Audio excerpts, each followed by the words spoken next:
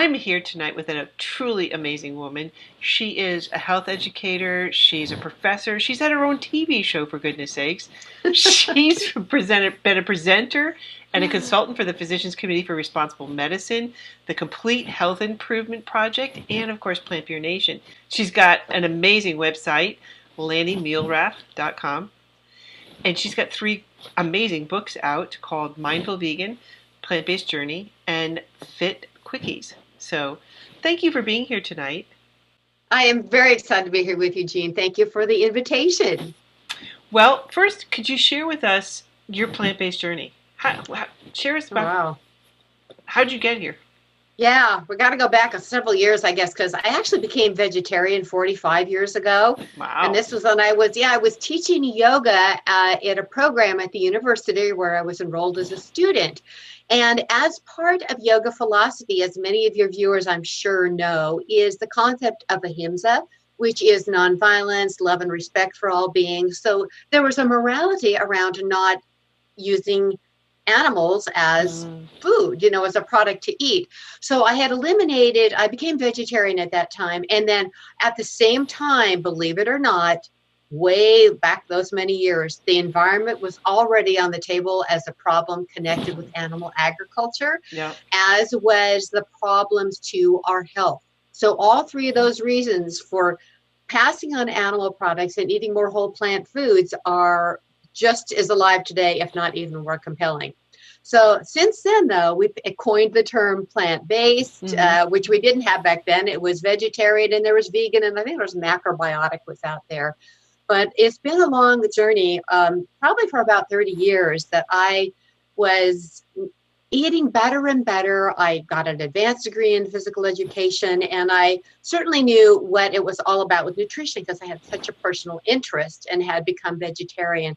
But I really struggled with my relationship with food, eating in my body. I struggled with my weight, so that was up and down, and it just preoccupied me way too much. And finally, 25 years ago, when I took up a practice in mindfulness meditation, that changed everything because I got under the surface of those things that were really springboarding into these food, eating, and body relationship problems. So that's why that's my journey.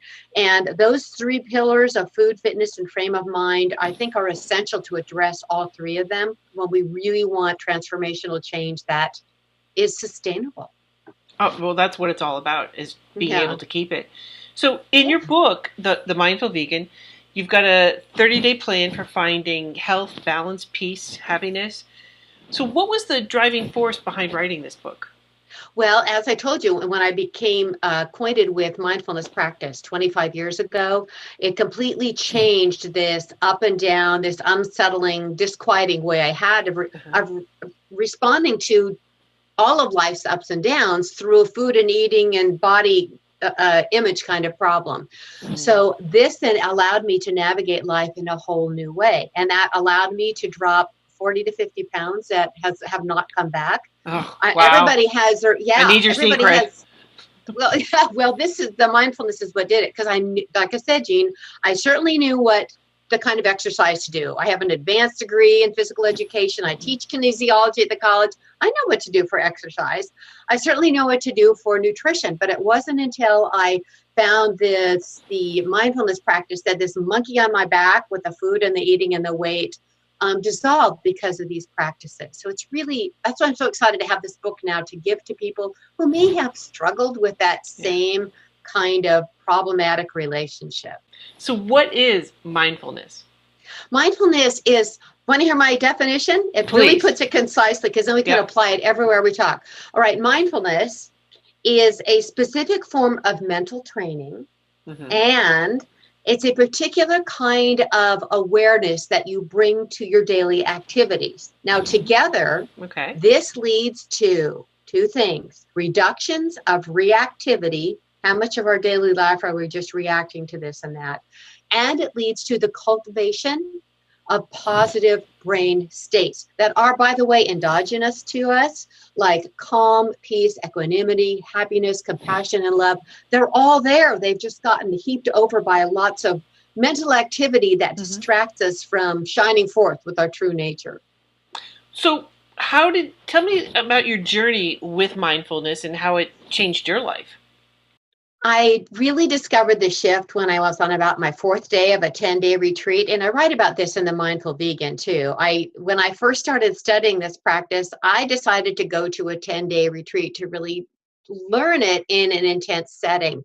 And on these retreats, which you don't have to go to learn this, you can learn it from my 30-day book, but it was a 10-day silent retreat, Jeanne.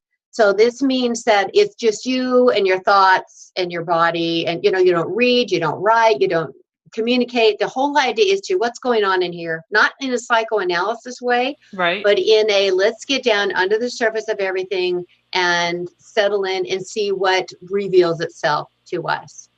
And it was about day 4 of that retreat that I sat down to our meal in silence, as was tradition. And I just felt this grip in my neck, in my stomach, in my chest. And I realized, it just came to me as an insight, how much tension I had around food and eating. Now, I knew I had a food and eating struggle, but it was on a new level. It was like, how sad that this has been probably your experience for so long. Yeah. And I realized at that point, that's what I really wanted, was to restore a healthy, happy relationship with food, eating in my body, restore the pure joy of eating, and get off the diet merry-go-round. That's when I gave up diets as I knew them, and I instead turned to eating mindfully, which means being in connection with my natural hunger and fullness signals, which is a skill you can learn, and respecting that instead of all this outer angst and things from the outside of us. Okay. So what are some of the mindful practices that you recommend? As I describe it in the Mindful Vegan, I recommend that people do, for one, to do a daily formal practice. And because remember I said there's 2 parts to this. It's a specific form of mental training, right, and it's also a kind of awareness you bring to your daily activities. So you practice both of these to move your life forward in this regard. The specific mental practice is simply a way of sitting quietly. And you're probably familiar, most people are familiar with mindfulness practice, connecting you with the breath, that you watch, that you feel the breath. You know why that is? No. It's because the breath takes place in the present moment. The whole idea with this is to bring yourself into the present moment. So you can't breathe for yesterday. You can't breathe for tomorrow. You can only breathe right here, right now. That's a good point. I never thought of it that way. And in the book, I talk a lot about the default mode network and wandering mind and how it gives us problems. So hopefully we'll have time to get into that, because that's really huge for understanding how this works. So you spend some time designated each day to not randomly follow every single thought that comes into your head. We have no training in this. We simply, a thought comes up and we run with it, whether it's worrying about the past or projecting something, catastrophizing about the future. And this creates very negative, anxious brain states. So you learn that, well, things are important to consider, but I don't need to run with all these stories and get caught up in them.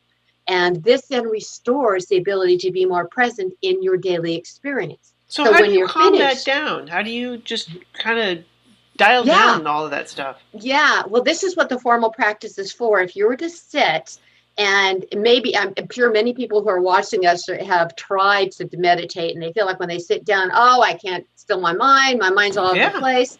The thing is, that's how our minds usually are. We're just not aware of it because we're so distracted by either what's going on or we just follow those thoughts. So in formal training, you're saying, what would it be like if I didn't just jump on that train every time it came down the tracks? Just for these next 2 minutes, let's see if every time my mind goes away, I can learn how to bring the attention back to the feeling of my breath. And what this does, Jeanne, is it gives you some kind of mastery over your habits of thinking. You're not subject to the vicissitudes and jumping around impulses of your mind. And it's phenomenal. Yeah, you start to learn how much we really do just follow impulses that come into thought. So that's how you do it. So you get yourself, and as I do it in the 30-day plan, each day I instruct exactly how to do it very simply. You know, I also taught 6th grade for 20 years. So I'm used to taking a problem and kind of breaking it down into here, do this, now do this. And so it's doable for everyone. Excellent. So what would it take to become a mindful eater? Mindful eating, and if you refer back to, I'm going to refer back to what I said a few minutes ago about mindfully connecting with my natural hunger and fullness signals. Mm-hmm. Now, for a dieter, someone with a long, I would call myself a career dieter. So for 30 years, I would, got your credentials. For 30 Yeah. years, I would either follow a food plan or follow a prescription of how many carbs, fat, and protein to eat. I have journals that I still have in the back of my closet because it's just so sad. All the time I invested in how many grams of this I was eating, how many grams, counting calories, somebody else's Yeah. food plan. And the thing is, whenever we eat in a way that restricts our food, yes, we'll lose a little bit of weight, but we keep forgetting that someday we're not going to be able to handle it anymore. Survival Yeah. kicks in, we put it back on, and then we put on more. So Yes. what happens is with mindful eating, to me, it's not chew every bite 32 times or, make sure you're playing good music when you're eating. That's kind of a stereotype idea of mindful eating. For me, it means how can I actually respect my body to understand when it is sending out hunger signals, Right. what real food looks good, and how can I make sure that I eat enough of it so that I'm not cutting back, which backfires later, so that I'm not like eating too much because I'm not paying attention to my fullness. And it can take a while. For career dieters like us, Jeanne, it can take a while to recover that because we know Yeah. stuff and we know starve. And Right. whoop, the rest is, but you Not much can in recover between. it. And then this hands over the tools of your your weight management and your hunger and your like when and where, how much you eat to your body. And your job is the quality of what you eat.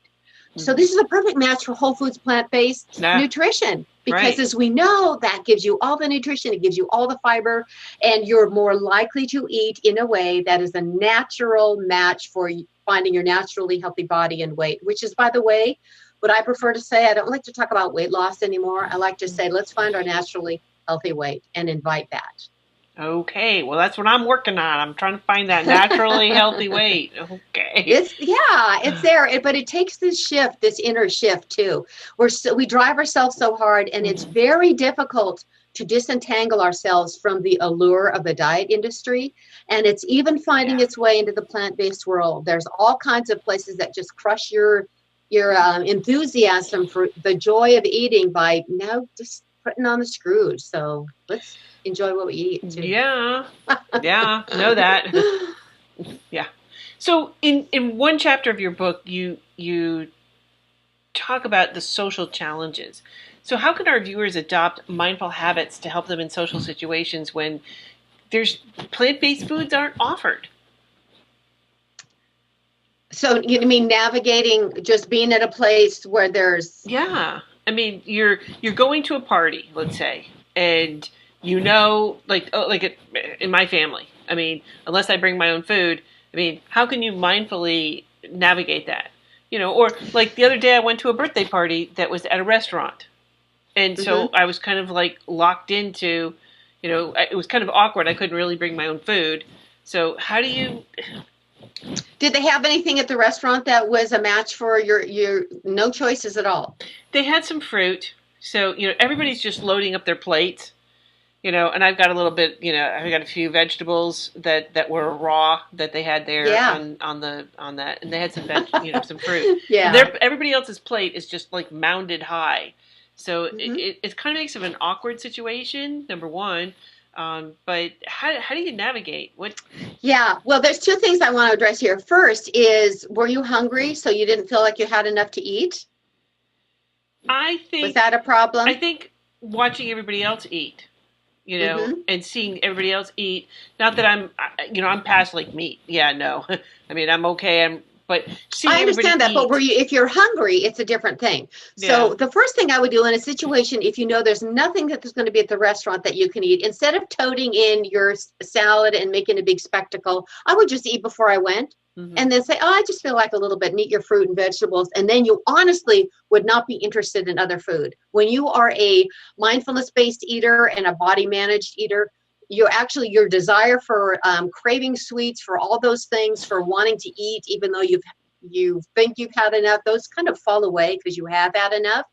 But then there's the other aspect that I want to be sure to address, that Hmm. that social discomfort of thinking that, everyone's noticing that you're just eating these little bit of things, and they all have these things piled on their plates. Yes. So did anybody actually say something, or was that just No, there was definitely people going, is there enough? I mean, are you, you can order from the restaurant if you want, and I didn't want to, make a spectacle of myself. Okay, so you were happy with what you had. So what is necessary here is, the biggest problem here is the tension and anxiety that you felt within yourself, correct? I did feel that. Yep. With mindfulness practice, remember I said you sit quietly, you get connected with your breath, and you start to become aware of the activities of your mind. You also become aware of, and this comes up in week 3 of the Mindful Vegan, you become aware of your emotional responses. Every experience we have has some kind of an emotional imprint in the body. For example, think about we are experienced that the party is excellent, but for everyone watching this, think about the last time maybe you were angry about something. A person or a place or a circumstance, maybe yesterday or today. So if you can bring up that response, don't mean to be a downer here, this is for instructional purposes, okay. But how did you know you were angry? How do you know you were angry? I just feel the feeling inside. Ah, tell me more about that. That it just kind of upwells almost, that you're feeling this negativity, this... Okay. Can you tell me where in your body you feel this upwelling? Is it your stomach, your throat? Is it your right foot? Where is it? I think I feel it in my chest. Okay. All right. So there's definitely, this is an example what I'm talking about. Yes. Oh, yeah. So through mindfulness practice, you start to become more and more aware of how these emotional experiences are showing up in our bodily sensations. This gives you a whole new tool through which to navigate our usual reactivity. Now, remember the second part of my definition, it says leads to reductions in reactivity. So let's say that you're at this buffet where everyone's heaping stuff on and you're just having the fruit. Let's say you've eaten enough, so you really aren't interested.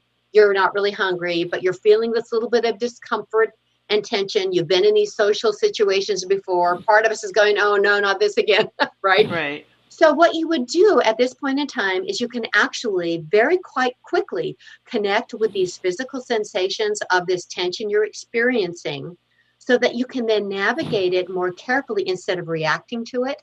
And the amazing thing is you're learning to be more at home with your own reaction so that you can then come from a place of response. Those reactionary feelings of the emotions, actually, as you watch them and accept them, don't try to push them away, don't try to change them, don't try to guilt yourself out of it, shame yourself out of it. They start to resolve and they open up your heart so you can actually be present with what's really happening here. There's people eating food and there's me eating my fruit, and that's really what's happening. I've created this whole story around it, whether or not it's true. In your head. It builds, and it builds this beautiful confidence in yourself so that when you are connected with this ability to read yourself well, and see, that's what about being present. If you're really present there, you're not manufacturing and investing in the story around it. Here's my fruit bowl. There's their big plate of whatever. That's really what's happening. So let's just connect with the people, be present with that, be joyful in my own experience, which is, by the way, the best way to draw people to this way of living.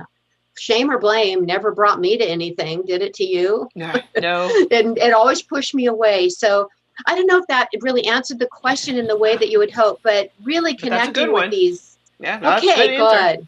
That's a good answer.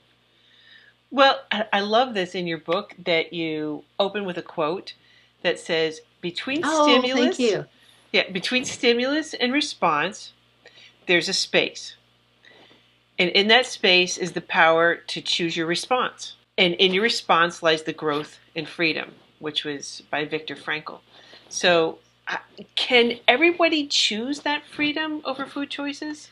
It applies to everything. And that is the first quote of the book. And actually, my first chapter is called Freedom, because this is what mindfulness practice does. Let's go back to the definition of it's a specific form of mental training and a way to approach your daily activities, such as the buffet at the birthday party. Right. And this leads to reductions in how you react, our knee-jerk reaction, and cultivates positive brain states. So what you're doing is that space that Frankl talks about between stimulus and response. We all know where it is, right? The minute before we make sometimes we're not aware of it. We just react and fire off. And it's the source of so much human misery, not just around food and eating, relationships, just about everything. You learn through the practice that you can expand that space so that you have more access to actually make skillful decisions within that. Wow. You become aware, oh, here's my reactivity. Oh, I can see it. It's almost like a thing. Like you disidentify with it. You see, oh, gosh, I understand. I feel that I want to do that. I've done that all the time, but now I'm aware of it. And this gives you the chance, the opportunity to find a more skillful response. That's what it's about, is skillful living, so that you can expand this natural calm and equanimity and happiness and not be always caught up in reactivity, which is so painful. Yeah, very much so. So I'm glad you brought that quote up, because I just love that. That's a great one. It's such a good training ground. It is. It's a great one. Well, in your book, you explain the addictive loop of like smoking practices with positive, negative, and neutral triggers. Is this the same loop for food addiction? That actually the craving loop applies to any kind of craving. Don't you love that, the smoking story? Yeah. Just really briefly for people. Yeah. And I put that in the book, even though it's not a book about smoking cessation, but that research study is so powerful. I interviewed Judson Brewer from, at the time he was at Yale University working in their neuroscience department when he did some of those studies. And his specialty is mindfulness and addictions. And he has done multiple studies on how mindfulness actually intercedes with addictions more effectively than some of our standard behavior change programs. So specifically, the smoking one is should I just briefly describe the research? Please do. Yeah.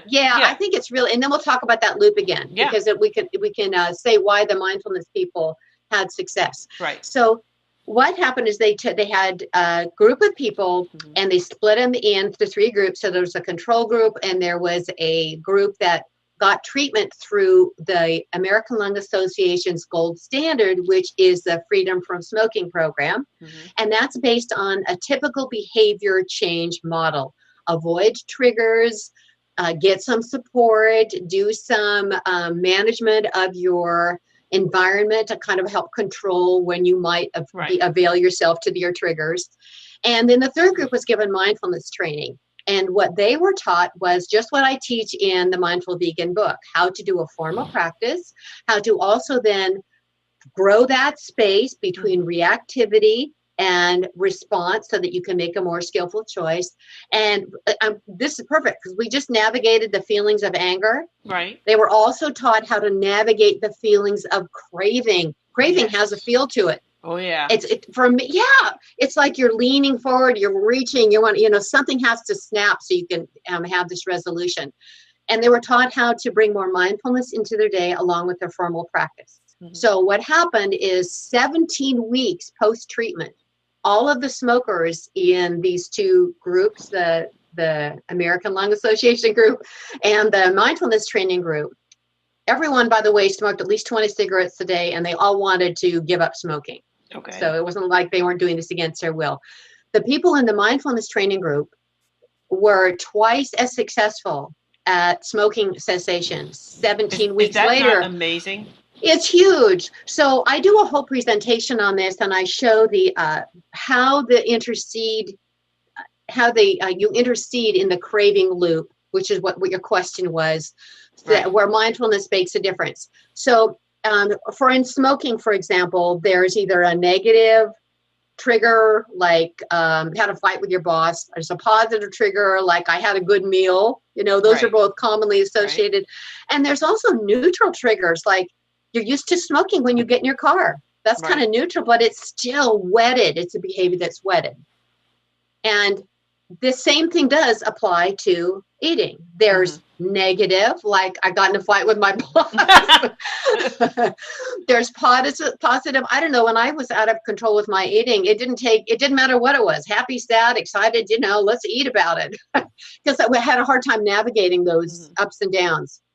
And then there's neutral, like I come home from work and I'm used to just grabbing this, or I go into the health food store, whether or not I'm hungry, but I'm used to cruising those chocolate covered almond bins. So you kind of go over there. It's not because you're compelled. Your body just, it's kind of a habit for you. Oh my God. So, Mine's not the chocolate almonds. I oh, go what's for yours? the corn. There's these little corn nuggets but they're cooked in oil and salt. So, and for me, Oh, I'm a salt addict. I'm a okay. salt addict. So, Okay. but not to say that I don't Okay. ever go by the chocolate covered almonds, because yeah, there is that aisle for sure. But If you're in a sweets mood. but I go by, Yeah. I do exactly that. I go right by the bulk bin and I go right for those corn nuggets.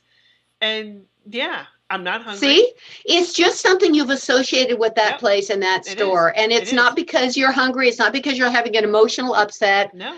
It's not because you're a food addict. Oh no, I I am am. really big on, I'm not on in the addict train. So that's a whole other call we could do sometime. But we'll Okay. talk about that. This is exactly pertinent to it. So, okay. So we talked about, your original question was positive, negative, neutral. Right. And then we put the same thing in with the food. So let's explain how mindfulness intercedes compared to the usual, like freedom from smoking, but behavior change plans are also with food and eating. Weight Watchers probably like that. Avoid your triggers. Make Right. sure you. Right. So with the smoking, the first step is avoid the triggers. Well, here's the problem, Jeanne. Let's never have a fight with our boss or anyone again. Let's Right. never have a good meal. Let's not get in our car. Okay, so We're good. that's the We're good. problem with food and eating too. You just can't control all the variables. You Yes. can certainly try to make some wise choices, but so once you Right. have this trigger, then all of a sudden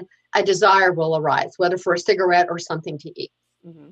That desire then shifts into what we call a craving. Like now it's not just a desire that you got the idea of. It's like that forward lean.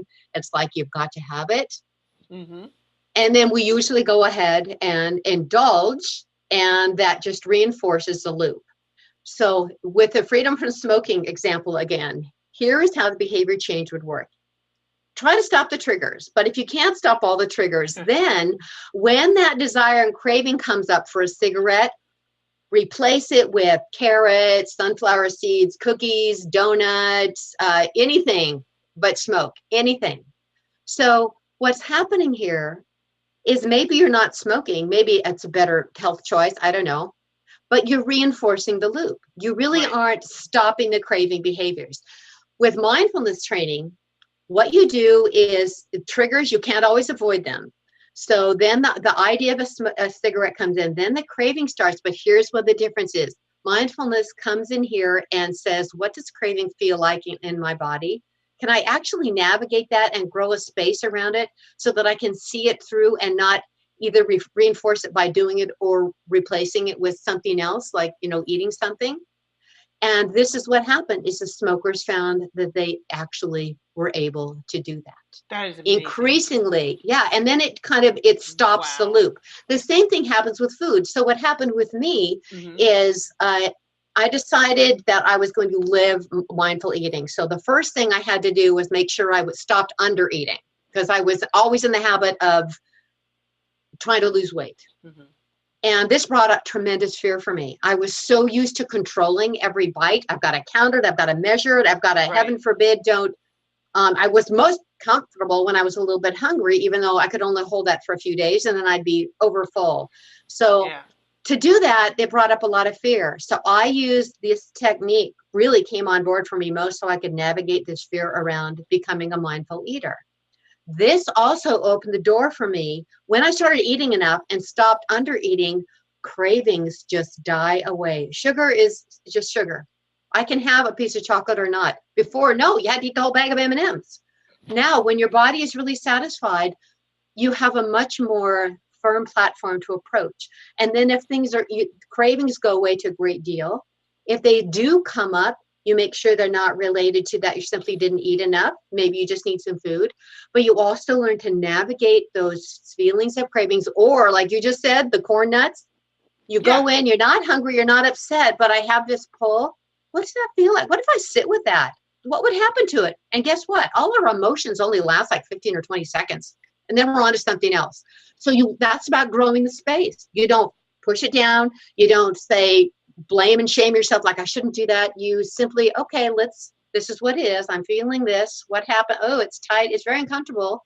Yeah. Can I hold steady through this and just watch it? And then poof. Then it goes away. But it takes the skill of that, doing a formal practice every day. Mm-hmm. You can't wait till the heat of the moment to apply a technique. It's best if you spend time every day, which is why I teach it in the book, learning how to navigate out of reactivity, of going with every thoughts, the corn nuts, how can I find that space? That reveals it to you. Gosh, your questions are great. Look at this. I've been doing these interviews a lot, but everyone has their own little avenue, and I think you and I have a lot in common. So it's a good connecting point. That's for sure. Yeah. Well, I saw you did on Jill McKeever's group that you had. Oh, wasn't that fun? That was amazing. And if you haven't seen that, that was excellent. So, thank you. You talked about stress eating. So, could you talk a little bit about that? I mean, we touched a little bit, more or less, but I know you focused a little bit more on it there. Yeah, because it's very related to our topic right here. One thing, and it's also related to, notice I keep referring to the problems associated with undereating or not eating enough to really keep yourself well fed throughout the day. And those of us career dieters do this in a million ways. We either try to save up all our calories for the day or for the week, or just keep chronically trying to not eat enough so that we can actually start losing weight. And what happens is this actually hooks our survival instinct if we're chronically under eating. Your body doesn't know that you just want to lose an inch off your thigh, or what. It just knows that there is apparently not enough fuel in the environment to sustain health. So those of us with weight problems actually, or historically a weight problem, got the good bodies, because we're the ones that are going to survive in a famine, right? Right. It's because and we call it famine sensitivity. If you find that your body is really sensitive to this chronic cutting back and you end up eating and overeating over and over again, it means that your biochemistry is actually responding to this under-eating environment by driving up your appetite biochemically. Actually, your LPL, your lipoprotein lipase, kicks in, wanting to store more of the energy into your fat cells, because this is strategically to restore fat stores. Isn't that a fun one? Yay! And also to build more of them so that we can protect ourselves in the future. And this is not just about, that thing about metabolic rates isn't true. It actually, if you have been chronically undereating for years, for decades even, yes, you have made it so that your body can actually start gaining weight when you cut back to 800 calories a day, or, it can actually happen because you kind of set up the situation. Not to give blame, but to just give an understanding. Right. So here's your answer. Now, that's my setup for the answer to your stress eating question. What is our most important survival tool? It would be fuel, right? Okay, we got to have water too. So that's the most important. But without fuel, it's even more important than shelter, any of these other basics we have. So when you are putting your body in a questionable fuel environment, this is very stressful on your body. We know it becomes stressful consciously because you start thinking about food, but guess why? That is biologically driven. You are driving up enzymes and hormones in your body that make you keenly interested in food, especially those that are most likely to pile excess weight on your body. That's why we want the fat and the sugar and the cookies and the ice cream, because your body goes, yeah, let's pack it on. Let's make sure we find those foods. So stress eating, when you become stressed, so let's say, you get up in the morning, you break your favorite cup, and then the car won't start on the way to work, and you can't get the dog in the door, and then there's traffic, and then you have a fight with a coworker. These are all stresses, and it starts to hammer away at your inner calm, your inner peace and quiet.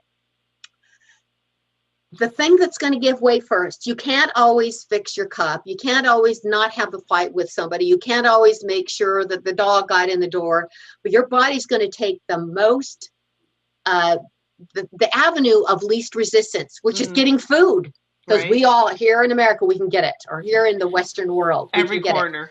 So the first stress to let go is going to be the primary problem is not enough fuel. So this is where stress eating comes into play. When you are well fed enough from the beginning of the day and you learn to navigate these stresses in our life, but you're not giving yourself the primary stressor of being hungry, fat and hungry all the time. It's a horrible place to be. It's horrible to be fat and hungry. So this is why stress will lead you to food more than anything else if you are in effect under eating. So the question people might have is, well, if I don't under eat, how am I going to lose weight? Has that come into, have you thought of that? Daily. Yeah, well, here's how it works. And this is how I did it.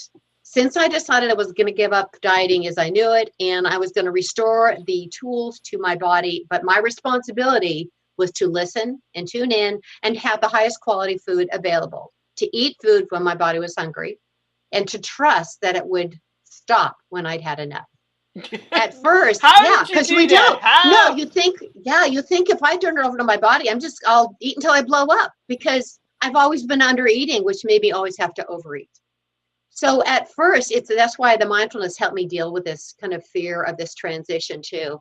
But I really learned to tune in. At first, you don't really know when you're full, and you're not sure when you're hungry because you're so used to suppressing it. I don't want to be hungry, except being hungry makes me feel like I'm going to lose weight. So you start to learn that when you really do fuel yourself well with quality foods, your appetite actually will shut down appropriately. And after a period of time, your body will lose its need to go out and create more excess weight for you to survive against future famines. So it takes responsibility of being present. It restores the pure joy of eating, by the way, so you aren't so punitive about every bite, but you eat quality food. And some people have to just eat really high quality food all the time. Some people can have maybe dessert more often and it will still be fine. Everyone's a little bit different like that. But let me pause here and see if this is answering the question appropriately to our time frame here. Yeah, no, we're good. We're good. There's no time frame. Okay. Keep going. Well, it's just a tremendous point that is so huge. And this is what I coach people with a lot. Is I just got to get off this diet thing. I kind of like the way you relate to things, and you obviously had success with it, so show me what to do. But this is why I teach the mindfulness practice along with eating in a body managed fashion with whole plant-based foods and getting plenty of exercise. It kind of takes all of them. But it's such a relief to know that your body can actually manage this for you. And many people are still, I haven't gotten there yet. Well, you also have to, it takes a conscious effort of listening to make sure that when you do get hungry, that you'll have good food available and that you eat it. In other words, you can't have, you're hungry and lunch isn't 2 hours, so you eat a piece of celery and try to gut it out.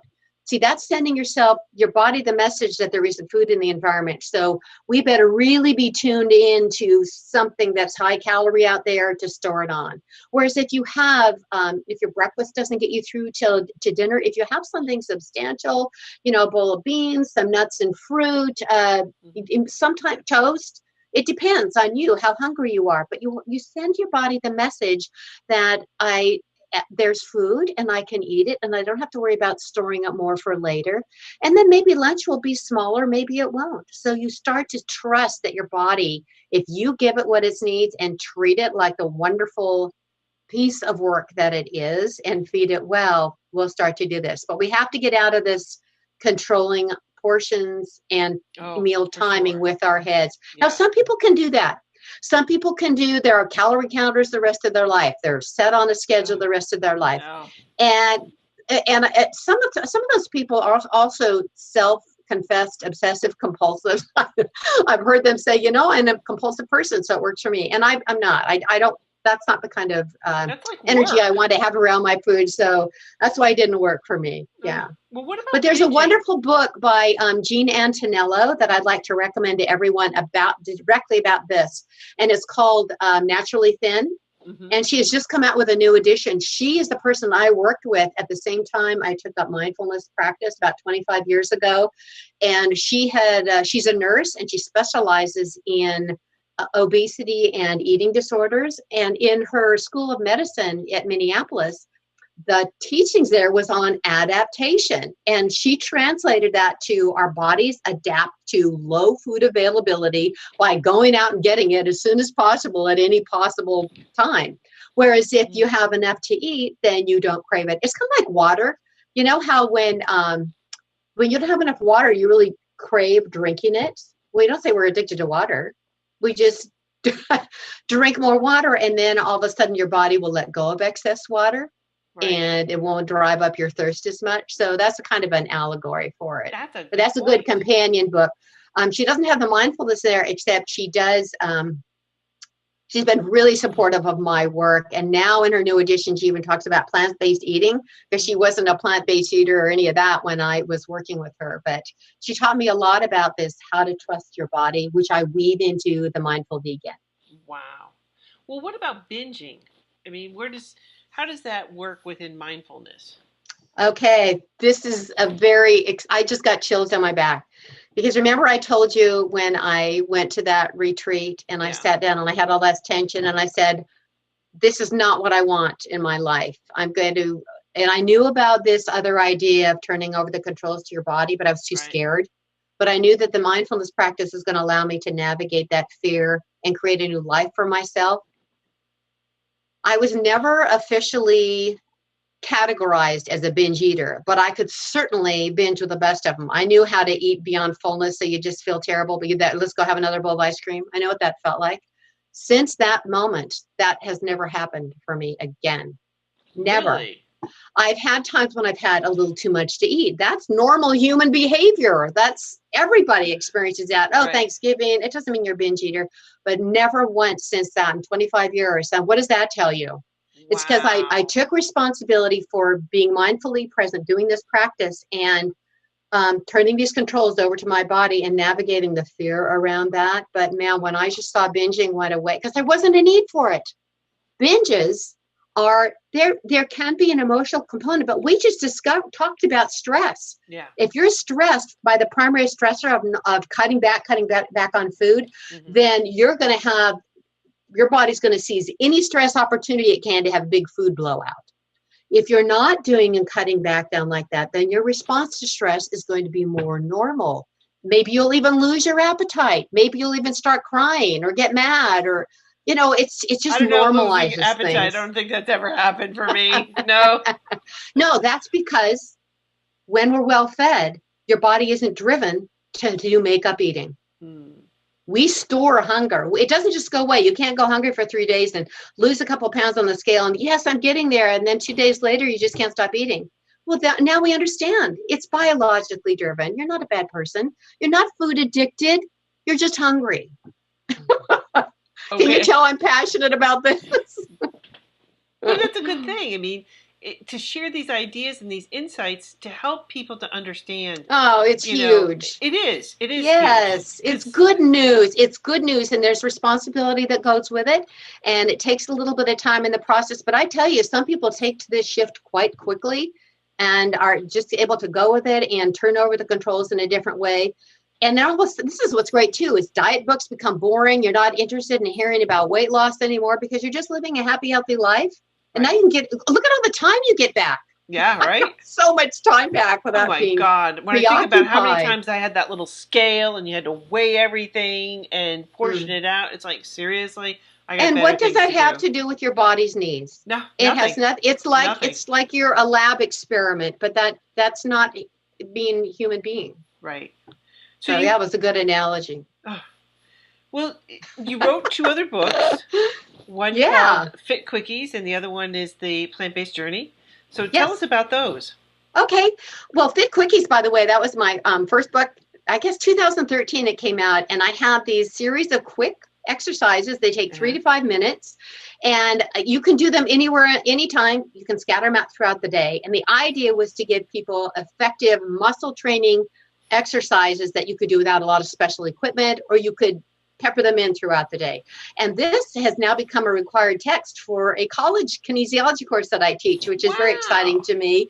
Yeah, so students do the exercises, they send me videos, and I do critique. So, but even then, Jeanne, even with that book, Penguin Publishing came to me and they said, we really want to do a book on your exercises. And I said, okay, well, I wasn't going to say no, but I said, it has to have 2 other things in a book. I have to be able to talk about plant-based nutrition, and I also have to be able to mention that getting some degree of mastery over your habits of thinking is essential, or it's not an honest book. Right. You know, exercise books are useless, and you get this other stuff together unless you have all the other stuff together. And they said, fine. And now, as you know, the plant-based journey also included, now that was more about the nutrition, but I also had the key supporting players with exercise, and I introduced mindfulness there. And now book number 3, it's like this transformation trilogy, I'm calling it. Now it's the mindfulness piece, which was the linchpin for me, as evidence from this wonderful interview you're conducting. Wow. Wow. I mean, so and the now 3 pieces together. I mean, it just it fits together. Yes. Well, it's like a trifecta. Ooh. Because I talk about a trifecta too. Yeah. So, but mine's a little bit different trifecta. So, but no. Anyway, but those are amazing. And if you are just joining us, do check out her books because they're incredible. So, thank you. Well, is there anything else you wanted to share with us tonight?